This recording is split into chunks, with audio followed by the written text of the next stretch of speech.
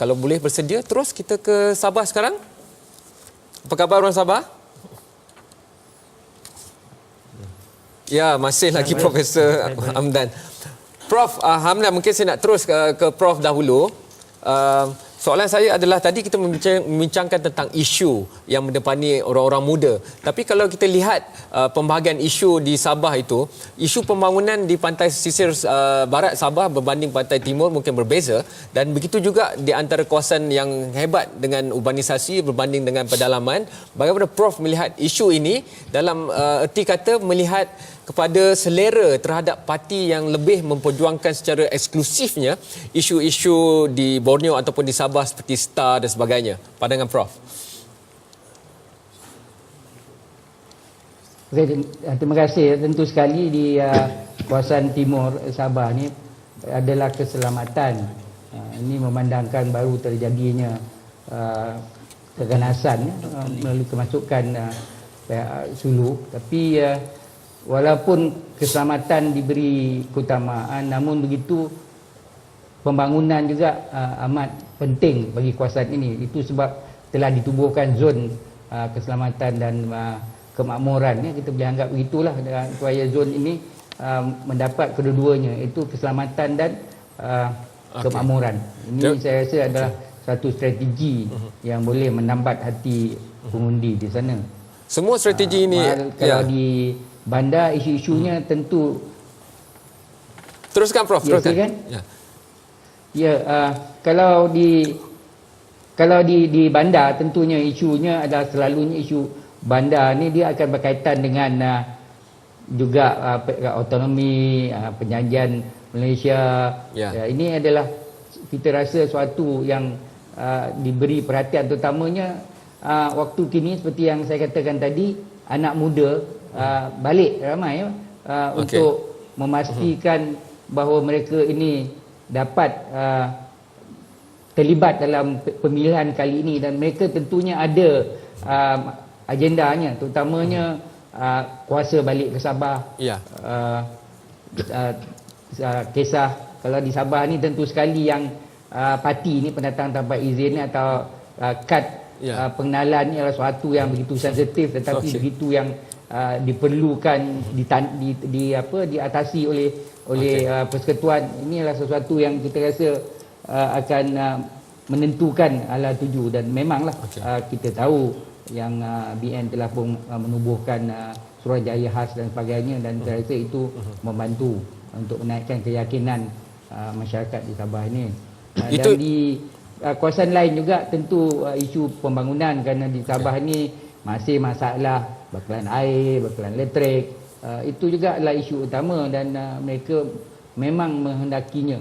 Oleh itu pihak yang di luar bandar dan tidak dalam zon eksklusif yang baru ditubuhkan itu hendak juga pembangunan, walaupun isu yang dia mainkan termasuklah isu otonomi tadi, penyediaan tadi, dan apa yang dikatakan bonomisasi ini dimainkan, tapi yang utama masih pembangunan. Kita tahu bentuk muka bumi itu dapat diberi. Terima kasih Prof. Saya nak mengalukan Dr. Lee Kok Tiong juga. Sabah ni memang kita tahulah. Untuk Dr. Lee, pensyarah kandang program komunikasi Sekolah Sains Sosial UMS, mungkin aspek untuk muka bumi, geografi Sabah itu dan sebagainya, menyaksikan keunikan dan kepelbagaian dalam medium dan perantara mesej dan sebagainya. Komen Doktor tentang kempen kali ini dan bagaimana berkesannya medium-medium yang digunakan. Kalau kita nak bercakap tentang internet pun, masih lagi jumlah penembusan jalur lebar misalnya di Sabah itu tidak seperti di Semenanjung. Jadi bagaimana Doktor melihat pada aspek pilihan raya kali ini dan aspek komunikasi yang dilakukan?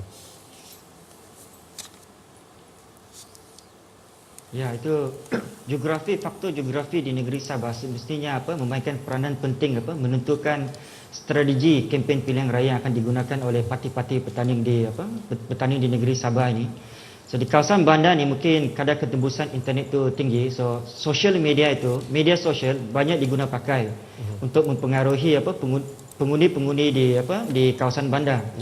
Dan media sosial ni actually telah diguna pakai bukan saja waktu kempen pilihan raya. Kita boleh nampak dari selepas 2008 pun kita boleh nampak sudah pihak-pihak parti-parti politik ni telah membuat dokumentari, membuat lagu, video klip, upload dalam internet untuk cuba mempengaruhi pengundi-pengundi, khususnya pengundi atas pagar. Dan untuk kawasan di luar bandar, sebab kawasan ni berselerak dan terpisah oleh di Sabah ni, actually untuk makluman, kita pun masih lagi ada kampung-kampung yang tidak dapat dihubungi oleh jalan raya. Yang mana hanya boleh dihubungi oleh laluan garam, kita panggil laluan garam. Dan kampung-kampung ini kita memerlukan parti-parti bertanding memerlukan logistik yang kuatlah. Seperti bantuan helikopter, bot, untuk pergi ke kawasan-kawasan tersebut untuk bertemu secara face to face dengan penduduk kampung tersebut dan cuba menarik undi daripada mereka. Dr. Lee, sebelum saya habiskan dengan sesi di Sabah ini, mungkin kita tengok kalau aspek contoh media tradisi pun, kalau kita lihat sirkulasi akhbar dan sebagainya, mungkin ada nombor-nombor pengikut di laman maya yang lebih banyak berbanding dengan edaran 50,000 atau 60,000 surat khabar misalnya. Jadi dalam konteks itu, media tradisi semestinya tidak sedominan media-media alternatif jika digabungkan seluruh sumber media alternatif itu. Bagaimana itu akan mempengaruhi pemimpin pendapat dan diskusi yang berlaku di Sabah? Ya, okey. Kalau kita tengok media tradisional, akhbar kan, memang mungkin dia punya sirkulasi itu mungkin tidak setinggi certain ada satu atau dua portal berita online. Tetapi kita perlu ambil juga konteks, kita kena lihat dalam konteks mediascape di negeri Sabah ini. Di mana di Sabah ni sebenarnya unik kerana ada 19 buah akhbar yang kita boleh dapati yang boleh diakses lah, yang boleh dibeli oleh penduduk Sabah. So kalau kita jumlahkan 19 buah akhbar ni dengan masing-masing punya pembaca, saya rasa itu sebenarnya masih lagi mengatasi social media, portal berita di Sabah ni. Saya nak tambah sini, teruskan bro. Facebook pun begitu berpengaruh kerana mereka ini merebak misalnya saya baru balik pada kampung kawasan Kiulu, dan kawasan Kiulu tu memang ada kerajaan dah bekalkan apa yang dia kata yang internet, kawasan internet ni, dan saya tengok yang hampir ke semua di sana ada komputer dan mereka begitu menggunakan Facebook ini, dan mereka tidaklah begitu ketinggalan. Mana saja ada yang internet ini, saya rasa perang cyber ini kian meningkat di Sabah. Dan seperti dikatakan tadi, media-media cetak dan media tradisional ini dia kalau di pilihan raya akan datang mungkin jadi supplementary saja atau menjadi sokongan saja, kerana masalah Facebook ni dia begitu interaktif dan maklumat adalah serentak. Terima kasih Prof dan terima kasih Dr. Lee. Kita akan kembali lagi bila ada kesempatan nanti.